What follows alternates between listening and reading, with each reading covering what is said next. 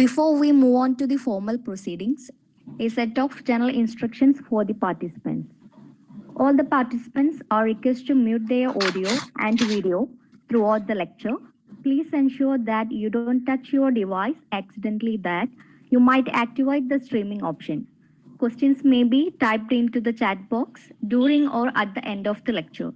The moderator will raise the question citing your name for the speaker to respond. Now to formally introduce the speaker and for the welcome address, I invite Abdul Basit and the MPhil scholar from the department. Over to you, Basit. Today we have with us the eminent scholar Dr. Sreejith K, who teaches history at Dr. APJ Abdul Kalam Government College, Kolkata. He did his PhD at the Center for Historical Studies, Jawaharlal Nehru University, on the topic The Middle Class in Malabar, A Cultural History, 1871 to 1947, and his MPhil research from there on the Naxalite movement in Kerala. Apart from a postdoctoral project on colonizing process in Darjeeling, he has contributed articles in edited volumes as well as in the Economic and Political Weekly and the Social Scientist. His work, The Middle Class in Colonial Malabar, A Social History, published by Manohar, is forthcoming. He has been invited to lecture among other institutes at Delhi School of Economics and Gurdwan University. On behalf of the Department of History, Sri Shankaracharya University of Sanskrit, Kaladi, and on behalf of all the scholars present here, I welcome you, sir, to deliver the lecture. Over to you, sir. Okay. Thank you, Basit. Slight clarification in what you said, that the colonizing process in Darjeeling, that was basically an MRP, minor research project. Thanks for the introduction. Thanks to Shiba. Thanks to all the other members in the Department of History, Shankaracharya University, for inviting me. And my very best wishes to the two teachers who would be retiring, Dr. Paslithil and Dr. M.T. Narayanan. Wishing you both a very creative post-retirement life. My topic would be on some aspects of the social history of the middle class in colonial Malabar. There will be two parts to the lecture. Initially, or in the first part, I hope to explore how this home was imagined by the middle class and how far it reflected reality and what went on inside the homes. And in the second part of the lecture, I hope to show the responses of the members of the middle classes to the changes unleashed by colonial modernity. Now, before talking about home or the changes within the home, one should remember the background. The joint family system was collapsing, of which Arunima has done a wonderful work.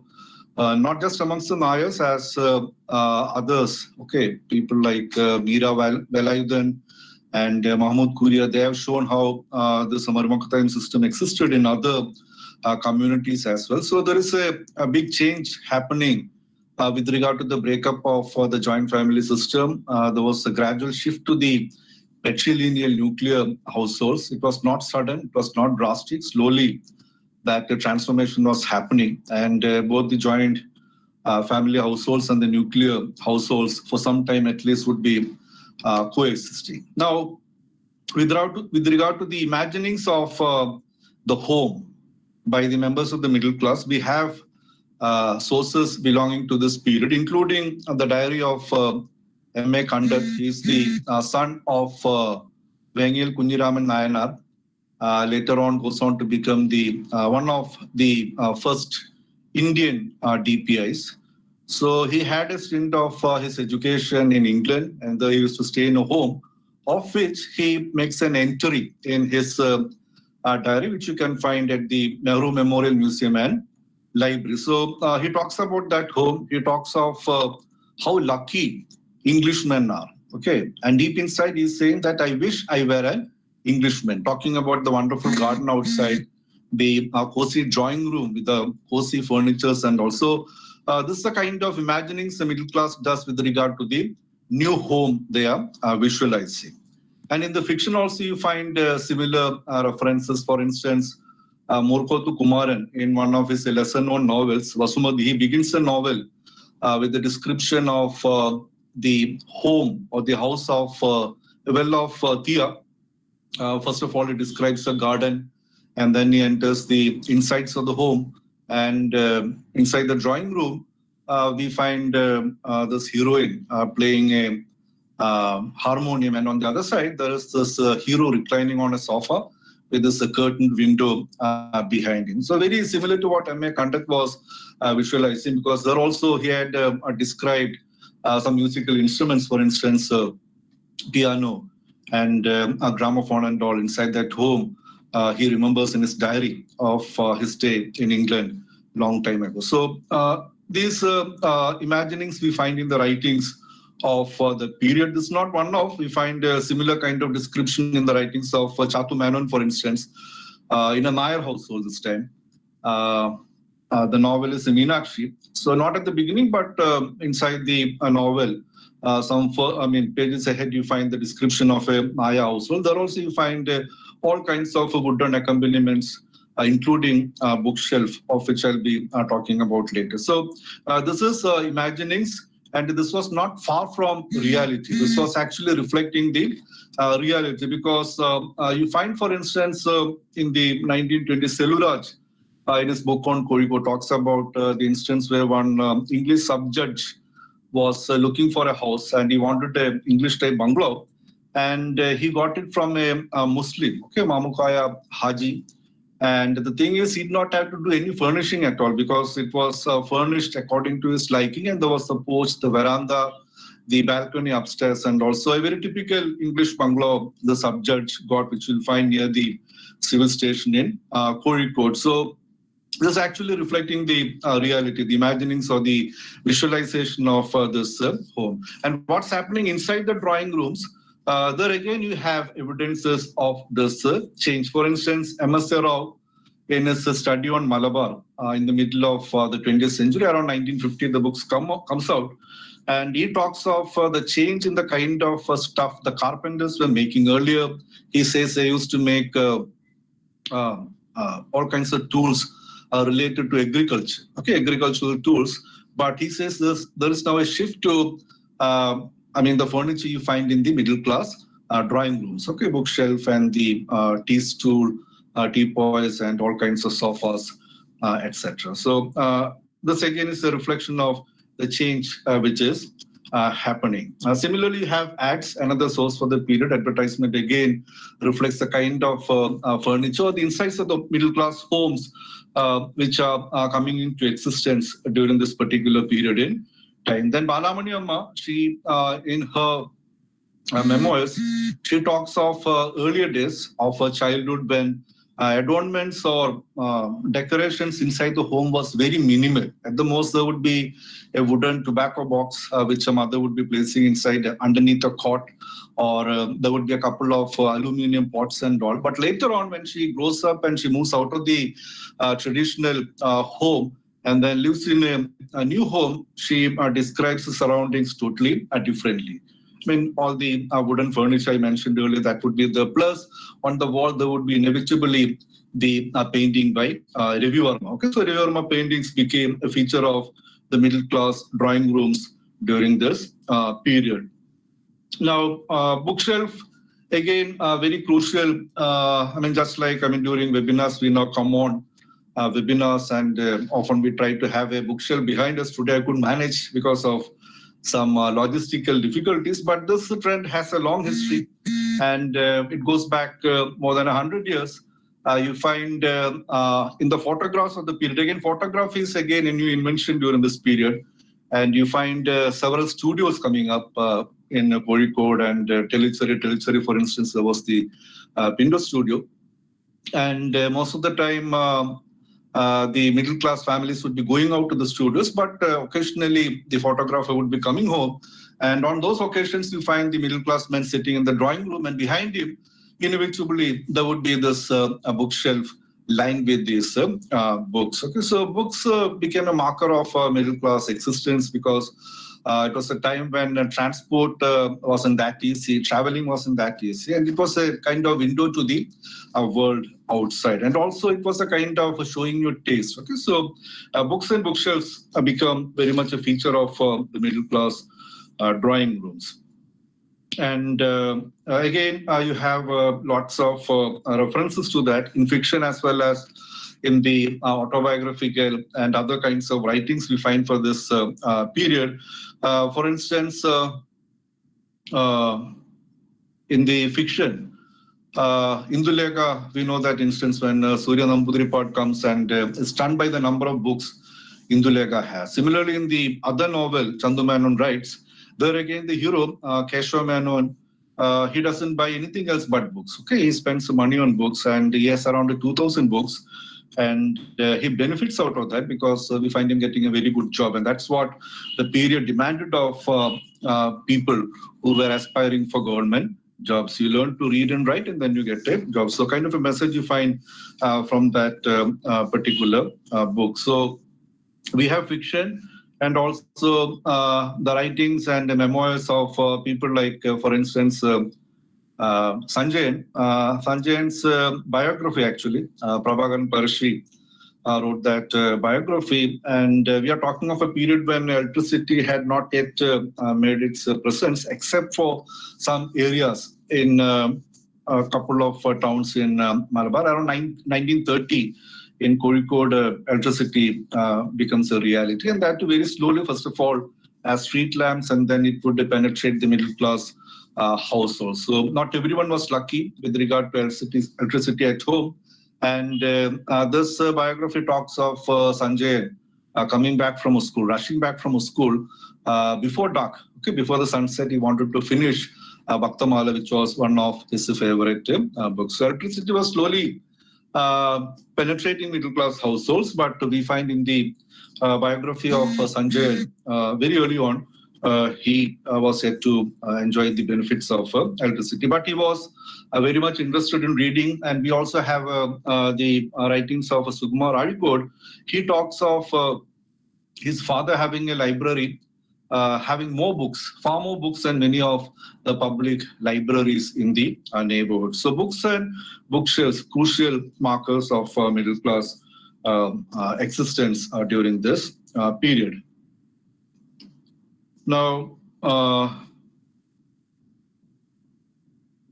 another feature I'll be just briefly mentioning these points because we won't have time to go through all the details. There is this aspect of cleanliness also, which again marks the middle class life during this period, especially for the lower caste, because Sri Narayana Guru had connected, as others had done, with the low casteness. Okay, this uncleanness was connected to this the low status in society. So we find a lot of the middle class Thiyas trying to ensure that the homes are very clean. And about this, we have the study by Dilip Mann also. He also, by making a study of the low caste novels like Saraswati Vijayam and Sukumari, he connects this low casteness and this feeling of being clean. Okay, I mean, trying to become clean, thereby trying to improve your social status. Okay, so those references you have from the writings of this period, and you have also references or sources with regard to the changes which was happening with regard to this attempt to cleanse oneself. P.K.S. Kutty has got a memoir written, Years of Laughter. He talks of how earlier his family used to make use of wakai, which was a kind of a powder made of the bark of trees, and that gradually gives way to soaps. Okay, and he talks of the Lux and other kinds of soaps, and whose advertisement we find in the pages of the magazines produced during this time. So there is this shift from the traditional cleansing agents like wakai to soaps during this period. Now, what was going on inside the homes. That again is crucial to discuss, and that's been discussed in great detail by people like Shiva and all. Shiva, Devika and others have talked about the gendering which was going on during this period of time. I'm not going into the details, but just to give some references from the writings of these middle class men to show that even amongst those so-called progressive men, they had very much internalized the gendering which was going on. For instance, Keshava Menon in his autobiography, he talks of his wife. He says that his wife was only educated up to the 4th standard, and that doesn't matter, he says, because she's a very good cook, and also she does her household work very well. So this man was a Congress leader, editor of one of the more progressive magazines coming from this part of the world. At that point in time, it was quite progressive. So he was editor of Madhrubhumi, but for him, his wife, though uneducated and maybe not adept at the world outside, was very fine for him because he was a man who loved good food, and this woman, his wife, was able to satisfy his hunger as well as hunger for good and tasty food. Similarly, G. Shankaran Nair, his diary is available again in the National Memorial Museum and Library in Delhi. He similarly talks of two kinds of women. I mean, he is criticizing the Western women. I mean, those he calls the modern women. And he says that he's lucky because his wife is not like them, and she does household work very well and is very adept at cooking. So we have these references from the autobiographical writings which indicate the kind of gendering which was taking place. And there is this clear-cut division between the spheres of men and women. Men were to be in charge of the world outside, and women, theoretically at least, were to be in charge of the home, even if the ultimate control would remain with the men folk. So these are two instances to show this kind of gendering happening. And at the same time, one should know that there were exceptions, like, for instance, the daughter of E.K. Krishnan, Janaki Ammal, she was a Tia. And she goes abroad, she goes to America, does a PhD from Massachusetts University, comes back, becomes one of the earliest women botanists in India, later on gets a Padma Shri and also gets a plant named after. So these kinds of exceptions are there. And we know Devika has talked of in the 1930s, women gradually leaving the home, allowed to go home actually, and allowed to do some feminine jobs, including in the health sector and education. But generally, for most people, we find women were confined to this home, especially looking after household work and kitchen. Now, romantic love, again, there is a big debate on that.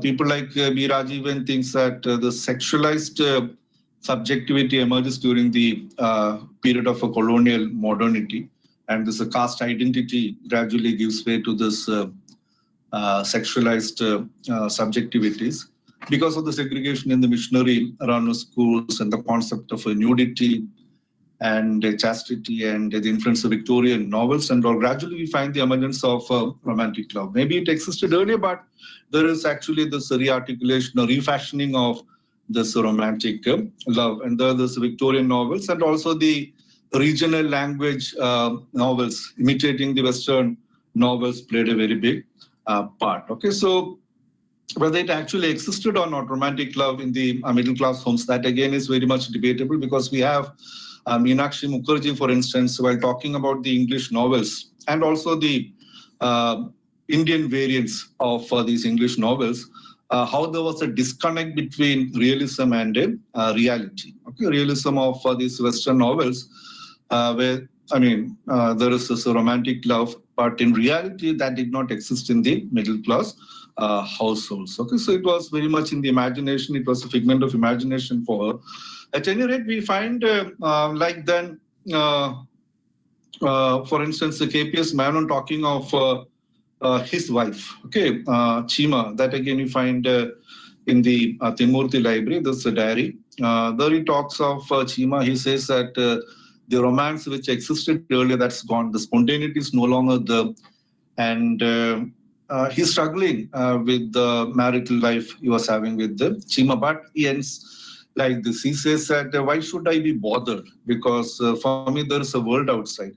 I have far more opportunities to fulfill myself in the world outside. Okay, so this possibility was there for the men folk. Okay, when marriage flops or fails, as in the case of KPS Menon, he had this possibility to fulfill himself in the world outside, but the dual worlds was not possible for the women folk, including his wife.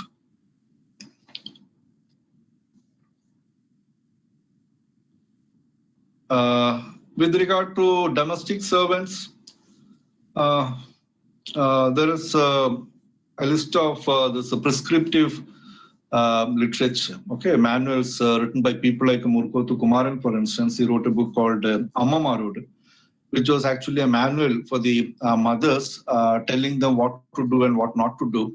And one advice he gives was to not take the help of ayahs in rearing children. Okay, if you allow the ayahs to look after the children, or if you ask the ayahs to raise your children, then your health would suffer as well as the children's future would become very bleak. Okay, so this tension is between the domestic servant, the ayahs on the one side, against these middle class men and women. But again, you cannot generalize, because you find in the autobiography of K.V. Musad, he talks of how he was very fond of his ayah. And up to the age of 9, he used to sleep with his ayah. Okay, so he says that he loved his ayah as much as his mother. So these manuals don't always reflect reality. It's not always easy to generalize, because we have these exceptions, as in the case of K.V. Musad. Now, talking about this leisure again emerges in the post-industrial period, when the workplace gets segregated from the home. And it's not always the case, because we have the instance of Chandu Menon. He talks of, or his biographer talks of, how he used to come back from the workplace, and at home he was in the judiciary, and at one time was a judge as well. He comes back home and then gets his domestic servants to play the role of the defendant and the victim. Okay, he'll get his family members also into this play. He would act as a judge. So this mock cases would be going on. He would be acting as a judge. So for him, there was no real distinction between the workplace and the home. So these kinds of exceptions you'll find in some cases. And it's a very interesting character. It said that he'll, after the superiors leave the office in the afternoons, he'll get all his colleagues to join him in music and dance sessions. So for him, at least, there was no dichotomy between the workplace and the home. Okay, but generally, sociologists and others, they find that in the post-industrial society, there's a distinction comes into existence. And leisure basically means non-work, or the kind of pleasure and the fulfillment you get during those non-work hours. Okay, so, and again, the feminists have made a critique because of this particular idea regarding leisure, because they show that, or they argue that for the women folk, even if they go out and work, or the housewives, for them the home is also a workplace. So there are some problems with regard to this concept. Leaving that aside, just looking at some of the secular kind of leisure activities which emerge during this period. One is a radio, and radio makes a very tepid beginning in Malabar during this period. 1927, we get newspaper reports, and there it's mentioned how one engineer comes back from Bombay, and he had invited all the neighbors, and they had to buy the tickets also. he got money for those tickets, and he's supposed to demonstrate the broadcasting of a radio. Okay, and all of them turn up, but it ends in a flop. He couldn't make the radio function. There was no broadcasting. He blames the signals, like we do sometimes when things go wrong. And he had to refund all the money he had taken from them. So this was the kind of beginning of radio in Malabar, but gradually it picks up. And you find in 1932, around one girl, after an evening at a neighbor's place, who was a doctor, comes back and later writes one piece in the Madhrubhumi of her experience of listening to music over the Bombay radio station. So gradually it will pick up. Earlier it was kept in public places, the radios, like our TV only. Okay, when we were children, I remember when the first TV came, we used to see it from outside, okay, in the public places. Then we'll go to our neighbor's house and then watch TV. And then finally we'll have our own TV. Similar trajectory we find for the radio experience also. This girl is one example who goes out and gets this radio experience and comes back and reports in the form of a piece in Madhrubhumi. So that is one kind of leisure activity. Just some I'll be mentioning. Another would be Adda, ADDA, Bangla word actually, and which Deepesh Chakravarti has written about. It's basically non-formal, non-serious talk, okay, between friends and relatives. I don't know what would be the exact Malayalam word, maybe Khati, I'm not sure. But this Adda becomes a feature of middle class existence during this period. People having similar interests and mostly doing the same kind of job, they'll be getting together to have these discussions. Kamala Das, in her autobiography, she talks of while she was staying in Palakkad, her father's friends are turning up in the evenings. They'll have discussions, and this would continue well into the nights. And sometimes these friends would be staying back. So Atta picks up, and then you have C. Krishnan having as a friend C. Manjari Sundarayar, his lawyer friend. He used to be a regular visitor to his home. Then this owner of Kottakkal, Aryavedishala, P.S. Warrior, his biographer says was a wonderful host and used to entertain guests and have these long discussions with them. So Atta could be seen as another kind of leisure activity during this period. Now, coming to the world outside, what happens outside the home?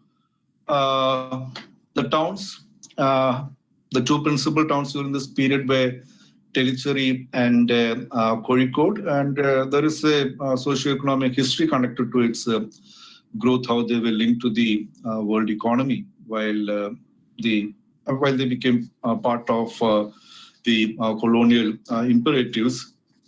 But no point going into that. And the thing is, I mean, there were no big cities in Malabar, but there was Madras. Okay, and the Madras was closely linked to Malabar. Okay, it was almost like an extension of this region. We have most of the middle class characters I'm talking of. Okay, they had some kind of link with the Madras. For instance, Keshava Menon, he goes to get his wife treated, for giving medical treatment to his wife.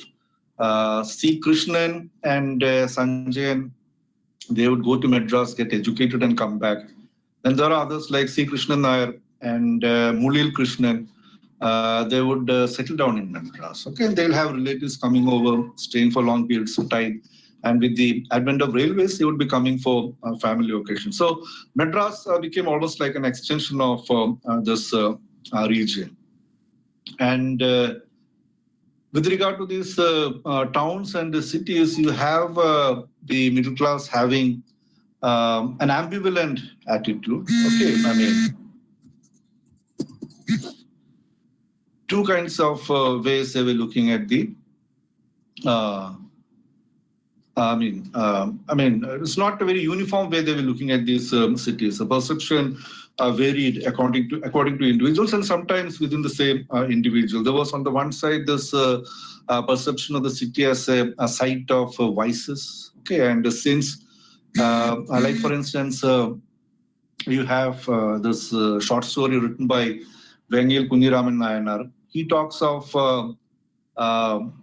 one fraudster cheating the protagonist. The name of that short story is Madirashi Pittalatam. So these kinds of stories abound during this period with regard to the cities. Okay, S.K. Pattakad also talks of, his own personal traumatic experience at the hand of a fraudster while he went to Mumbai. Okay, so these things are there. And with regard to the Kozhikode town, you have in the Kerala Sanchari, Kerala Patrika and all, you have references to the dangers the city posed or the town posed. Okay, they talk of how most parts of the towns were having brothels, and there were these so-called fallen women all over the place, which make it very scary to go to some parts of the town in the night. So that part is there, but at the same time, towns are also seen in very positive light, especially with regard to the lower caste. We know Dilip Menon's work, okay, how he reads the Saraswati Vijayam, where you find the low caste finding in the cities less of the caste hierarchy. So at least there is a dilution of the horrendous caste hierarchies, which was very much prevalent in early part of the 20th century in Malabar. So for them, this city was a venue or a site of emancipation. Not just for the lower caste, we have references from the upper caste also. One P. Narayanan Nair later becomes a journalist. He comes back from Madras and is very unhappy the day he's coming back. He talks of the wonderful evenings he spends in the city of Madras, okay, going to cafes and meeting friends and all. So these dual approaches are this ambivalence is which again could be a product of the fractured nature of our modernity, which people like Sanjay Joshi has talked about. Okay, that's why you have a Paramodi Parinam written against Indulega, but at the same time you have the author of Indulega taking dual positions on similar issues at different times. He is very much for all kinds of modern changes in his novel, but when it came to the Malabar Marriage Bill, we know what he said. He says if the nephew brings home one pariah wife, what would happen? Okay, so these dualities, these ambivalences, you find plenty in the writings of the middle class intellectuals during this period, and this is very much a product of the fractured nature of the modernity we had to go through. Now, coming to railways, again, very interesting history possible with regard to the railways. The socio-economic context, the recruitment policies, and all kinds of stuff. But here I'm just giving instances in the writings of the middle class men to show the kind of responses they had to the railways. Okay, and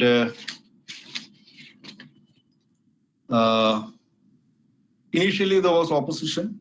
They didn't like what was happening. And once it became inevitable, they began to criticize. Like, for instance, they talk about the third-class compartments. People had to carry umbrellas during the rainy season. And they also talk of, the racial discrimination. If you as much as peep into the first-class compartment, where the English travelers would be sitting, you would be immediately punished. So that critique part is there, but once it became inevitable, they start to try and mold its growth or the direction it would be taking. So we find different kinds of demands being made. For instance, there is a demand from the men of Tiruvangad, and Tiruvangad is still is and was the bastion of upper caste of that particular town. And the demand was there should be a railway station at Tiruvangad, okay, because otherwise the women folk is finding it difficult to travel by the trains. Then another instance, we've temple adjacent to it, and that should be shifted, but this time the government does not agree to the proposal. And you also have even stranger demands. For instance, the argument was that the night trains, okay, local night trains were helping the thieves and robbers to come to the towns do robbery and then go back. So the timing of the night train should be changed because it was making it easier for the thieves to rob from the towns and go back to their home. So all these things happen. And one last instance with regard to the railways I'll mention just to show the kind of pervasiveness railways had in our lives. Okay, Tikodian in his autobiography, Arangu Anatha Nadan, he talks of an instance when he was young, he was a teacher in a school. The inspector of a school comes along, and unfortunately for the school, the clock was not working. And the inspector asks, then how do you manage to run the classes? Okay. Then the principal responds by saying that we depend on the train timings. Okay, when the train goes to the north, in the morning at 10 o'clock, we start our class. And in the evening at around 4 o'clock, when the train goes to the south, we disband the classes. So presumably at that point in time, Indian Railways must have been punctual. Otherwise, this thing could not have worked. Okay, finally, I'll come to a few references to friendships cutting across caste and race. There is this instance in the novel A Passage to India by E.M. Forster, where one character says that it's not possible during the colonial period to have friendship between the whites and the Indians, unless and until this colonialism ends, no possibility. Okay, but we find at least references to embryonic friendship between the whites and the locals in Malabar during this period. I'll just mention a few instances and wind up. There was this good relations between the English and the K's, the business family from Tellicherry. Originally, they were from Kannur, but they settled down in Tellicherry. So they had a good equation, and the English East India Company used to take money from the Key family. And the good relations is indicated by the fact that when the K's got into trouble with the planter, Murdoch Brown, the English East India Company actually sides with the Key family. So that's an example of the kind of friendship which existed initially. But later on, when East India Company got entrenched, they got established and had no need for the case. And when the case were not updating their businesses, you find them, the English East India Company not having any time for the case. This apart, there were some individual friendships. For instance, Chandu Menon, and we are talking of a time when there was this tension, okay, in the offices and elsewhere between the whites and the locals, especially after the arrival of clock time and all. Okay, especially with regard to the subordinates, they get into all kinds of problem.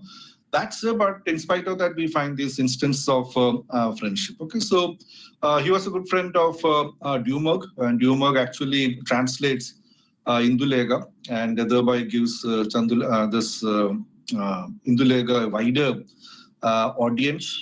And his second novel, Sharada, Chandu Menon actually dedicates to this Dumug. Okay, and Vikram, another Englishman with whom Chandu Menon had a good friendship, and also E.K. Krishnan, his Satya friend. They were good friends with the Vikram, the district judge. And after Vikram leaves the town, both of them, E.K. Krishnan and Chandu Menon, they institute a prize for the best student at Kerala Vidyalaya, which later on becomes the Guruvayurappan College. Okay, so one gold ring would be given by these two collectively in the memory of Vikram.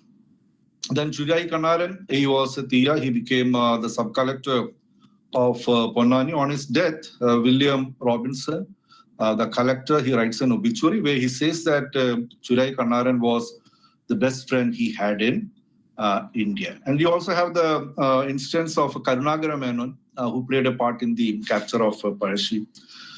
He was a good friend of the English, and when Captain Walsh arrives in Kozhikode, this man Karunagara Menon was staying in Ramanattukara, and we find Walsh going there, and they together going for this hunting expedition.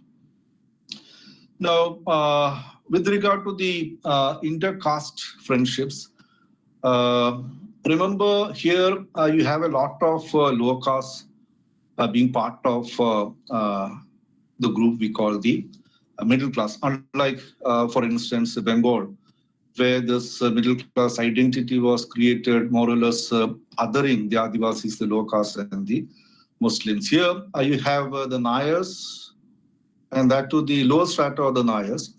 The upper strata and the Namboodiris, initially at least, they turned their back to English education because they were the privileged groups in the earlier system. But the low class, or the low strata Nayars and the upper strata Tiyas, they constituted, I mean, there were obviously other communities as well, but these two constituted the major component of the middle class group in Malabar. And there was a context also.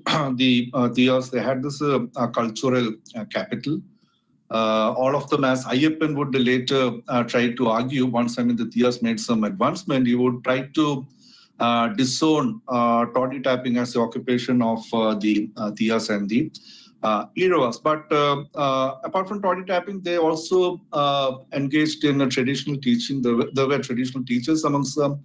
Some were Ayurvedic practitioners, some were into martial arts. So they had this cultural capital. And more importantly, especially in places like Kannur, they had this very close, intimate ties with the English. Okay, so that could have provided the opportunities for them to make use of the openings which were now made available during the colonial era. So we find lots of friendships happening between the two members of the two castes. A few examples I'll give. One, E.K. Krishnan was a great friend of Chandu Menon.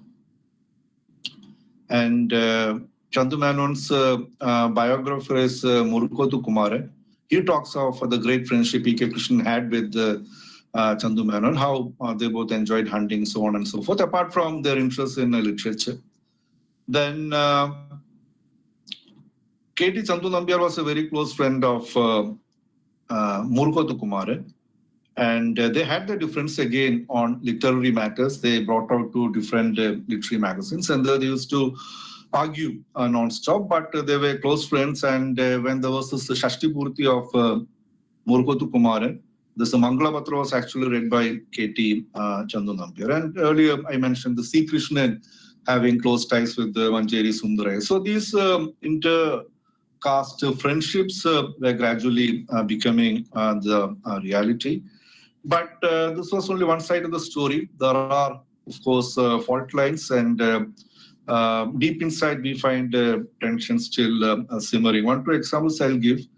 You find Murukotu Kumaran, for instance, lamenting secretly. I mean, his son Murukotu Kunyappa writes a biography of Murukotu Kumaran. The Murukotu Kumaran is supposed to have been very sad that in the whole novel of Hindu Lega, there's not the mention of a single Tiya. Okay, so that's supposed to have hurt him. And you also have the case of Mulil Krishnan. He was a teacher at Presidency College in Madras. He had Naya friends. And his biographer talks of how his Naya friends would come to his home, have food and go back, but they would be wary about others coming to know about that. So these caste tensions remained, even if outwardly they had these possibilities of friendship. I'll wind up with the case of C. Krishnan. He was a banker, he was a publisher, he was a lawyer. He had material success, but ultimately we find him becoming a Buddhist, possibly because he found that he was not getting the social respect he thought he deserved after becoming materially successful. So I'll stop here, and if there are any questions, maybe I can try to answer. Okay, thank you so much, sir. So we have come to the end of the keynote address. So it was indeed a very enlightening section. He told us very... Okay. Okay, sir.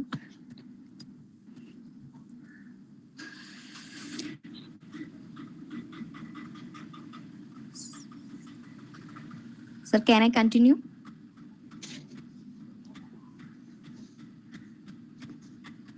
Yeah. Hello. Yeah.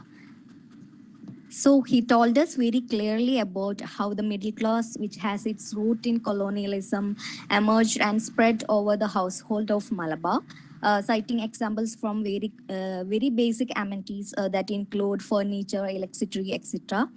And he also explains this advent of new middle class in Malabar with several reference drawn from various literature. And he also gave us a clear picture on the notion regarding concept like gender, leisure, and cleanliness, and how it's intrinsically linked to the emergence of the new class in this area. Uh, it was very interesting. He talks about how these changes are too visible in our surroundings, caste, race, towns, and transport. So very thank you so much, sir. Sir, shall we go to the next section for the discussion? Yeah, sure. Yeah. So the floor is open for the discussion. Ramisa, can you read out the questions? Yeah. Dr. Sri, can you see the questions or should the questions be read out to you?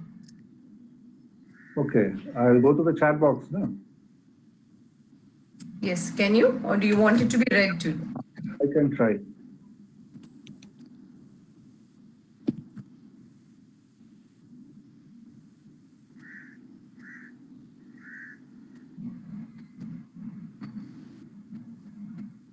Maybe we could read out to you. Sir. Since your video has been switched off, you can switch on your video. Ramisa, could you do that? Yeah, I am. Sure. So first question is from Jelena Anthony, who is a research scholar from our department. She is asking, colonial modernity has redefined many concepts, including the notion of time, ambition, success, etc. What are the different sort of conflicts that the middle class experienced while adapting to these changing notions? Am I clear, sir? Yeah.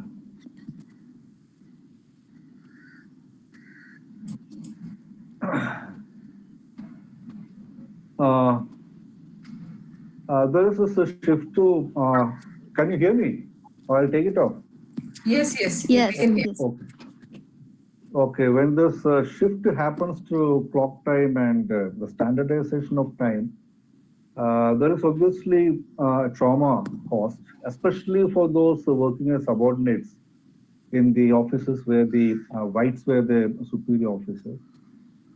And but unlike Bombay, there were riots also. That doesn't happen in Malabar, but this tension keeps simmering in the offices. But at the same time, you find certain individuals like our Keshwa Menon and C. Krishnan internalizing the values of punctuality, which I mean the colonial regime were trying to circulate here. I mean, for them, the Indians were lazy. They needed to be disciplined. And there was a need for proper management of time. So this was internalized by people like Keshwa Menon, for instance. C. Krishnan, if you read their autobiographies and biographies, you find that they kept very distinct time hours for everything, from morning walk to the times they had a breakfast, lunch, dinner, and the afternoon nap, and also the meetings they had in the evenings, because they thought that Britain had become a great nation, mainly because they gave importance to punctuality. They understood the value of time. Can you hear me? Yes, we can. Yes. Okay.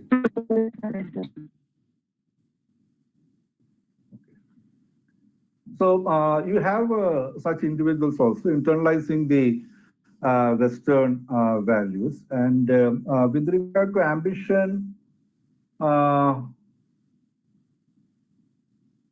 I mean, what was people Keshwa Menon and what this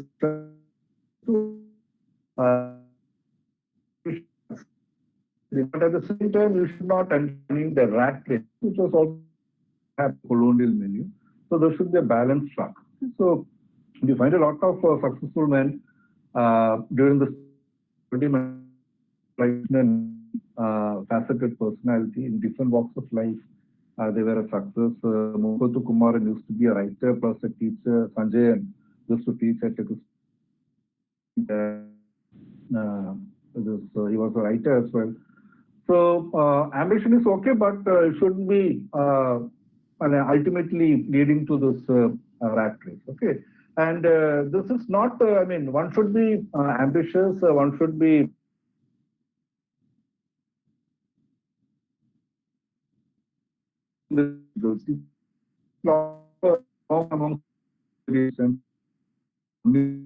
Dr. Sreejith, your voice is breaking.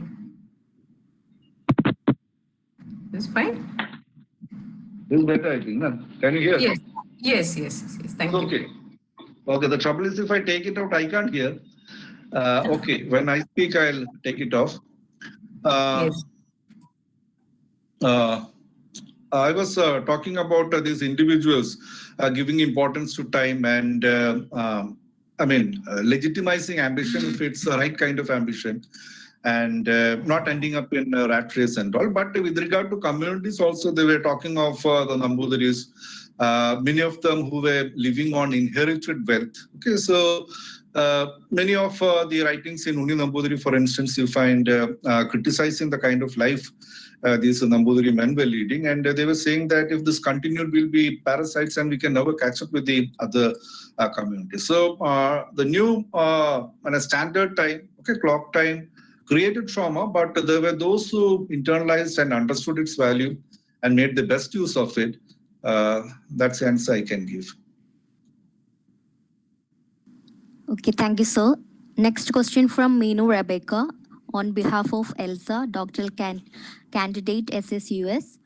Her first question is, what was the role of Christianity in redefining the notion and experience of leisure?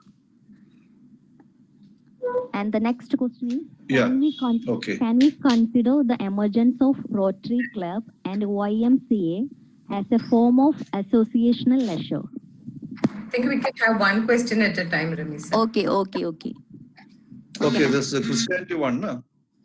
Okay, there is this concept of Sabbath in Christianity. And that's very much linked to what leisure actually means, because a Sunday, one rest day after 6 days of week. And ultimately, India ended up having Sunday as the holiday, late 19th century onwards.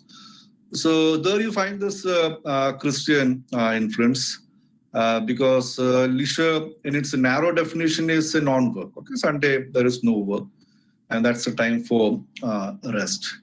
And also you have in the biblical literature references to feasting, for instance, from very early on, when David defeats the Philistines. Okay, so that long tradition is of feasting. Then there is music and singing, dancing. And Jesus Christ had a lot of friends. So that socialization part is... So all these things are there. And in the churches, if you go on Sundays and other occasions, you'll have these moments of socialization. Okay, and you have gradually Christian migrants coming to Malabar during this period. And conversion was also happening. The number of Christians is going up.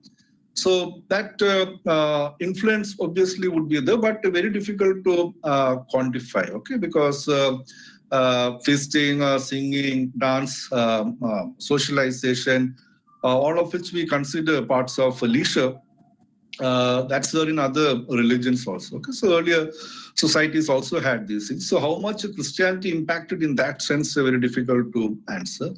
And I was basically talking about non-religious secular leisure, because we have in the Hindu communities also earlier period religious-based leisure activities. Okay, like for instance, at home somebody might read the Puranas. Okay, so that is a kind of leisure at that point in time. But I was basically talking about the change to more secular, non-religious kinds of leisure activities. And about the Sabbath one, just instance, Vipin Paul's one video I was listening to, that was a program run on Asianet, I think. Just very briefly, I was listening to. he talks of slavery, the slave trade, and he talks of a church in Kochi, which used to be used as a go-down for keeping the slaves 6 days of the week. And on Sunday, there would be mass and religious congregation, and also 6 days kind of the work was going on. So, I mean, not blaming Christianity, this is there in all kinds of religions. So that part is also there, just came to mind. Okay, so what's the next question? Next question is, can we consider the emergence of Rotary Club and YMCA as a form of associational leisure? Okay.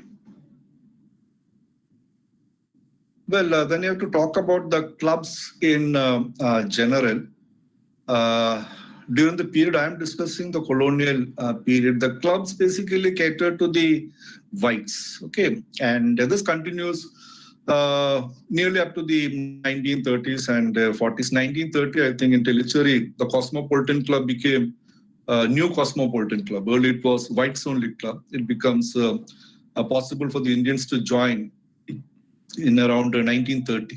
Okay, so this is, I mean, the kind of clubs which existed during the colonial period. Even the Rotaract Club you mentioned, Gandhi goes to a meeting of the Rotaract Club, and he's addressing a meeting only whites are there. Okay, much later in Kochi, Shanmugan Shetty, he becomes the president of the Rotary Club there, but that happens later. And even this person and others like him, I mean, they belong to the elites, not necessarily middle class. Only in the post-independence period, maybe you can talk of the middle classes enjoying this club culture. And it was very much a leisure activity, but it catered to a particular segment of the society. I mean, there are exceptions, like, for instance, Benjamin Cohen has worked on interracial clubs, especially ladies' clubs in places like Nilgiris, for instance, where membership was open to the ladies also. But that again was, I mean, the Indians allowed their way basically of the elite section. And there were some clubs in some parts of India which were sponsored by the Maharajas, but on the condition that he would be the only Indian in the club. So these had very limited role as far as the ordinary middle class had. Ordinary middle class were concerned with regard to leisure activities. And with regard to the kind of shift which happens with regard to Rotary and YMCA talked of,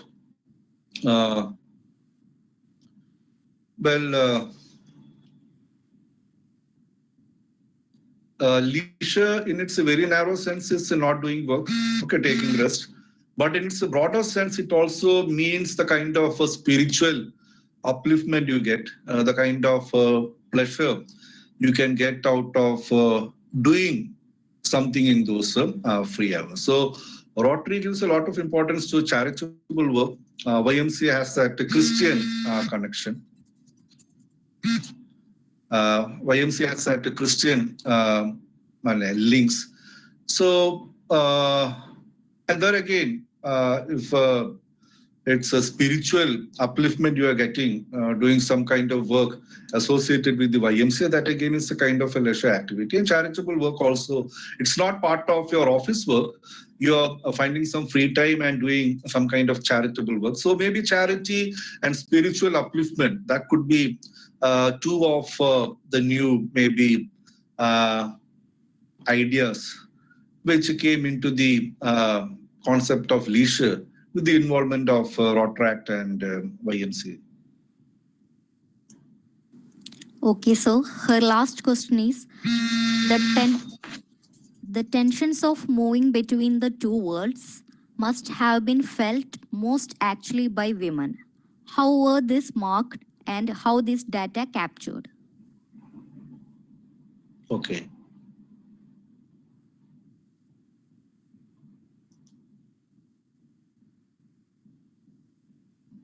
Well, not too many sources I could get my hands on. Where people like Shiba, Devika, they must be doing a lot of work in that respect. Mine was not that much focused on the gendering part, but a little bit is there. So I did consult some sources. I'll come to that later.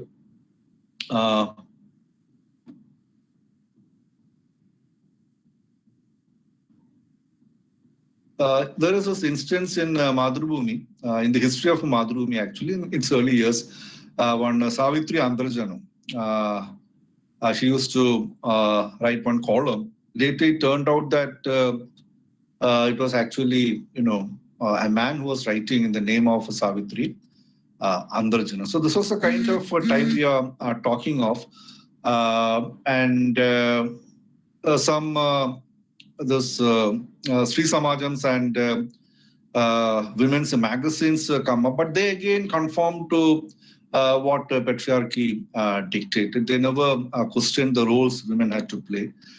For instance, one of the earlier magazines, I don't remember the name, it clearly mentioned that religion and politics we won't be discussing. Okay, and carried articles which would help, which would help these women to become good housewives. Okay, so that's the kind of period we are discussing.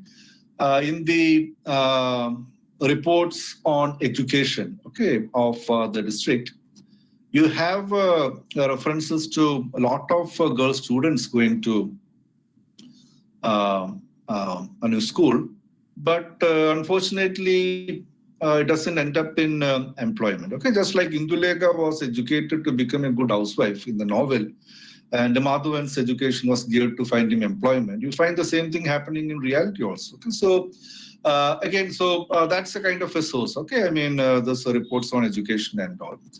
And then you have some autobiographies and fiction. Indulekha, I mentioned. Then there is this, many years later, The Wound of Spring, the character Parukuti Amma, she goes out, okay, and does work as a music teacher, but she's isolated for that. Okay, so this is happening, and not just in fiction. In reality, you have Kamala Das talking of inner autobiography. I mean, Kamala Das, her writings and her life was a kind of a questioning of what patriarchy was dictating. But in that autobiography, she talks of one neighbor.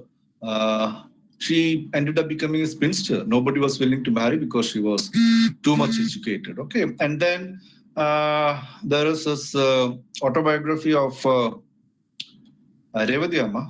Okay, and she was the wife of a police commissioner in Mahi. Okay, she was a housewife, but she tries to go out and work and does some charitable work. But even that was criticized, not just by family members, but by the neighborhood in general. So in combination with the government sources, fiction and autobiography, maybe you can get a sense of what's happening with regard to gendering. Only 3 diaries I went through, all men, kept in the Timurti library. Okay, sir. There is one more question from Jelena Anthony. She is asking, how has the new normal of work from home changed and redefined the historical boundaries of home and the world? Okay. Okay, it's not a temporary phenomenon, it seems, because the big giant IT companies, they've decided that this would be the work mode in the years to come, work at home. So it's going to have a lasting impact. But others like us will have to go back to work, and maybe some digital work and work at home, that would be part of our lives in the future in other professions. But with regard to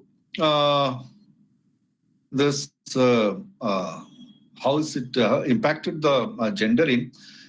Maybe it's given some legitimacy to the kind of work women does. Okay, women do while going out and then coming back to do work at home, or I mean the housewives.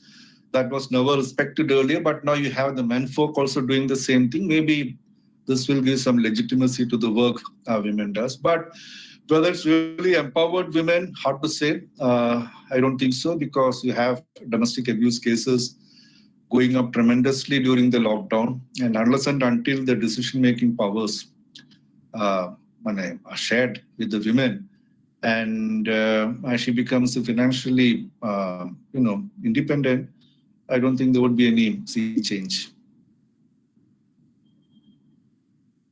Okay, sir. Next question is from Swarna Suresh, doctoral candidate from SSUS. Her first question is, how do you perceive the relationship between the middle class group deprived socially and historically compared to the so-called dominant middle class in the class hierarchy? Can you repeat, because just once more? Okay, sir, okay. 1 second.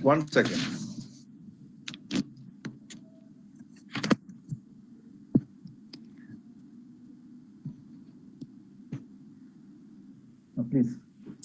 How do you perceive the relationship between the middle class group deprived socially and historically compared to the so-called dominant middle class in the class hierarchy?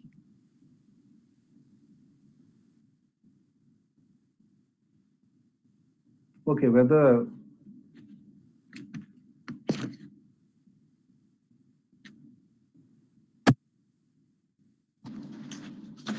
I think the question is whether this class and the caste collide. Generally, that's the case, but there could be exceptions also, because the socially deprived sections in some parts of Malabar, they were financially well off also. But these are very rare, and generally speaking, this class and caste more or less coincided. I hope it answers. Okay, sir. Her next question is, class imagination are very vibrant in fiction. But in historical studies, how do we segregate caste from class?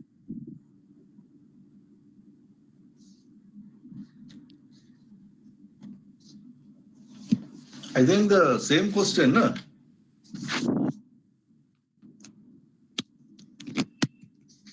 Yes, sir. I think so too. Caste class, no?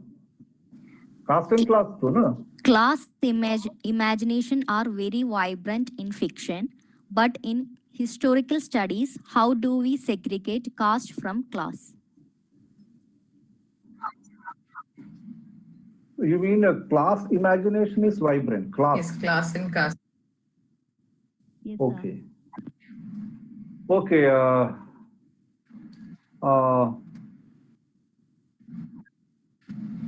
The thing is,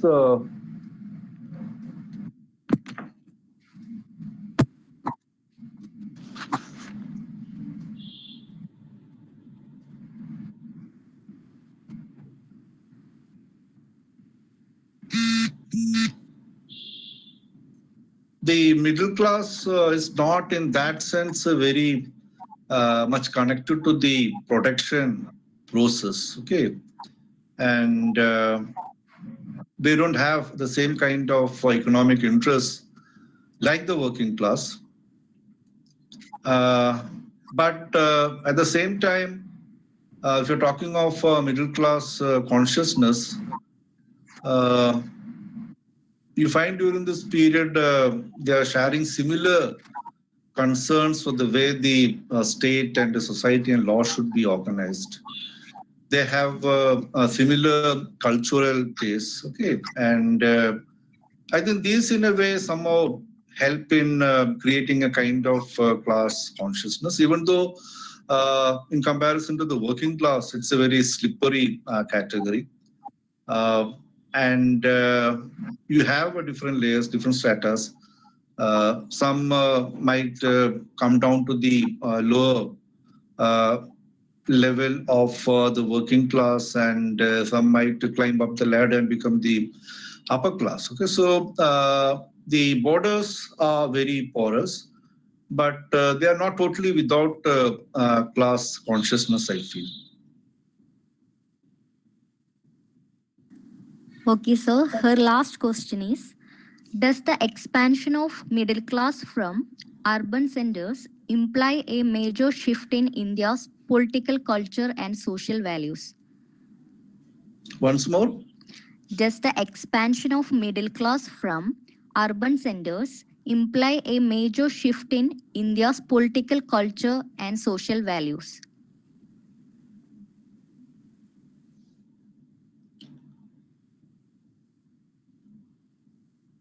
Well, I can talk about the period I'm discussing. They were the real cultural entrepreneurs, actually. Numerically, not that many, but they control the cultural destiny of a region. Okay, I'm talking of Malabar in the colonial period. So, because they dominate the teaching field, they are in the intelligentsia, and all kinds of media are controlled by them. So in that sense, I think they can really determine the way India would be going culturally forward.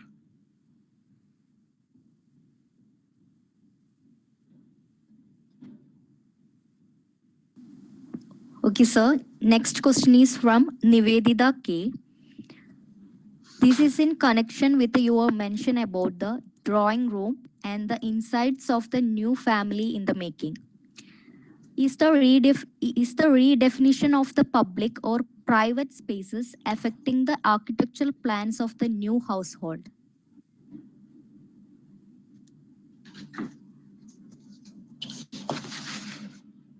Yeah, very much so. I mean, this earlier that Tarwad type of houses exist, but it's gradually shifting to the new English type bungalows. I mean, the richer ones, they could afford to construct those kinds of bungalows with that veranda porch and all those features. But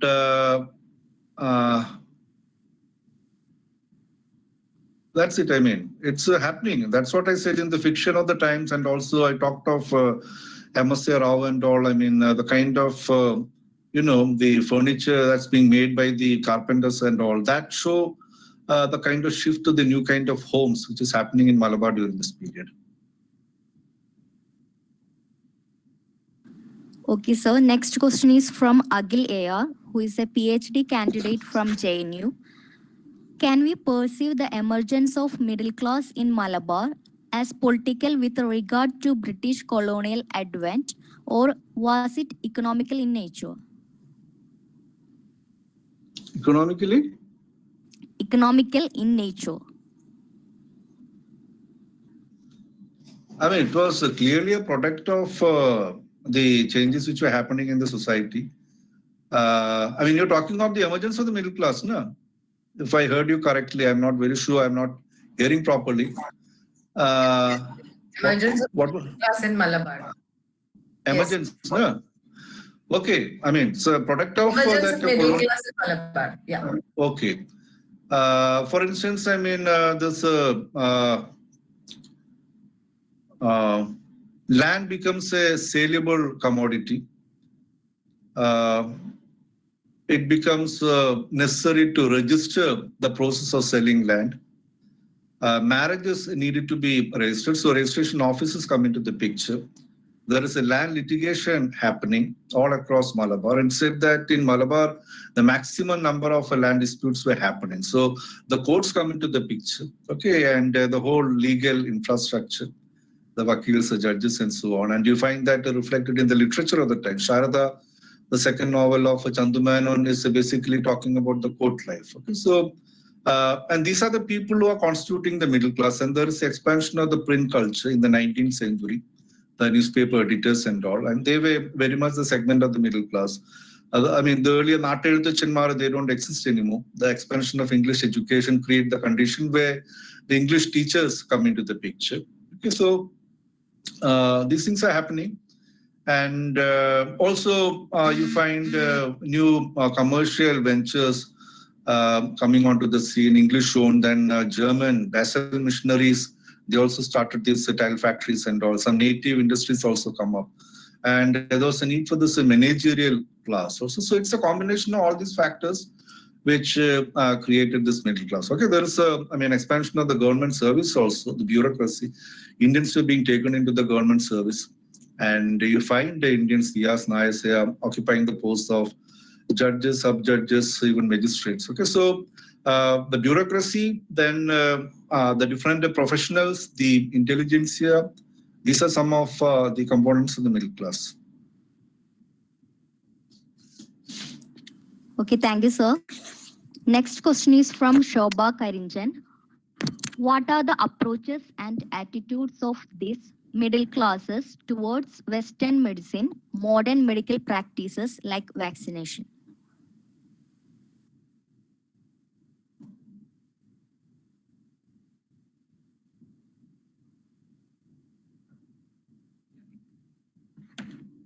Okay, I can of two people how they responded to the vaccination. One is Sanjay and the other one is EMS Namboodiripad. In their autobiographical writings, you find as children, when the vaccinators used to come, they used to go and hide. Okay, so that was the kind of attitude they had. That's what native fear was with regard to vaccination at that point in time. And with regard to allopathic medicine, we have there's a Kottakkal Aryavaidya trying to modernize itself, because that's the only way to survive at that point in time. I think Ken Panikar has an article on that. You can't live in the past. You have to, not give up totally the traditional methods of making medicine and all, but in the organization, in the way it's structured and all, okay, better lab facilities and all, you have to take up what the West had to offer. Okay, and that's it.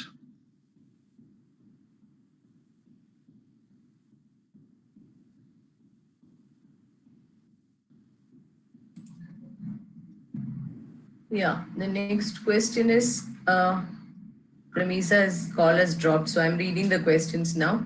It's from Salina. How far colonial modernity enabled women to take decisions themselves, cutting across the barriers of caste and social divisions, especially in marriage? How far? I'm sorry, I'll better wear this thing. How far? Once again, Shri. No, it's okay. Yeah. How far? Can I? Yeah. How far colonial modernity enabled women to take decisions themselves, cutting across the barriers of caste and social divisions, especially in marriage?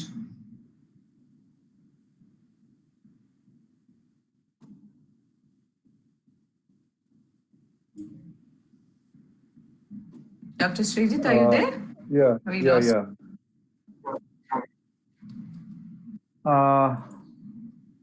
In the period we were discussing, they hardly had the choice. But again, there are references. For instance, there is one Gladys Ampak, AMBAT Ampak. She writes a piece in the Brennan College magazine in the 1930s, late 1930s, 1939 to be exact. And there she, talks of how this caste and class, those barriers no longer exist for us. And that's a sign that it was breaking down, at least in the campuses. And C.H. Kunyappa, he studied in Brennan College around the same time. He also talks of similar instances of love marriages happening. So these love marriages must have happened, but for the most part, even now we know, women hardly have the choice in deciding their life partner. So forget about that time, but these exceptions were there.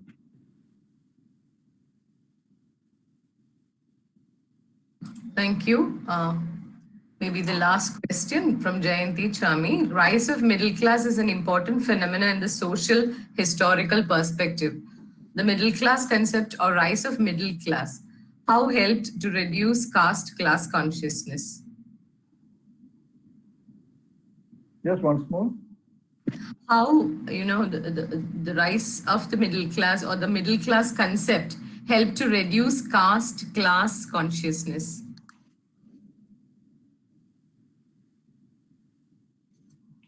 Middle class means one class, even if there are stratas within that category. But as I talked of, in those instances, you find these friendships and all happening, cutting across the caste lines. Okay, that's why I gave those instances. But I ended by saying deep inside these fault lines never totally disappeared. Okay, so Compared to the past, obviously, it's becoming more possible to work and even love in some cases across caste lines, but not totally. Okay. Thank you for that. I think we have come to the end of the questions. Now I would invite Sitara to propose the vote of thanks. Thank you, ma'am. Good evening, everyone. It's my honor to present the vote of thanks on this wonderful occasion. I take this opportunity to thank Dr. Sreejith K.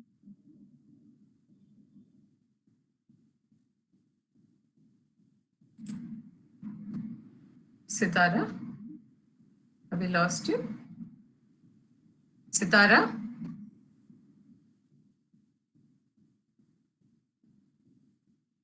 for delivering a very informative and intriguing lecture, and especially thank him for taking time out from his busy schedule to grace this occasion. Thank you, sir. I sincerely thank all the participants for being here and elevating this session with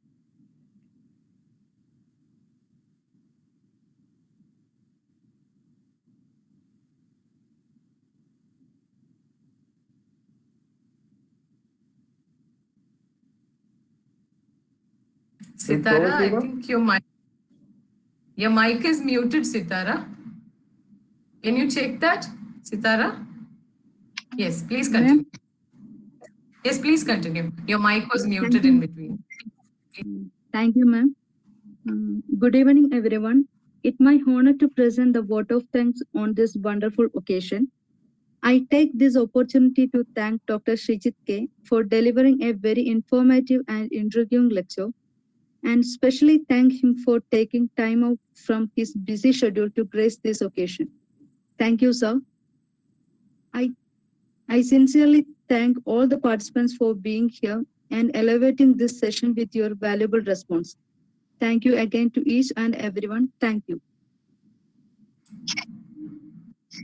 Thank you, Sitara. Thank you all for attending this session. Thank you, Dr. Sreejith, for this very, very interesting session. I hope we meet again. Yes, thank you. We will have our next lecture.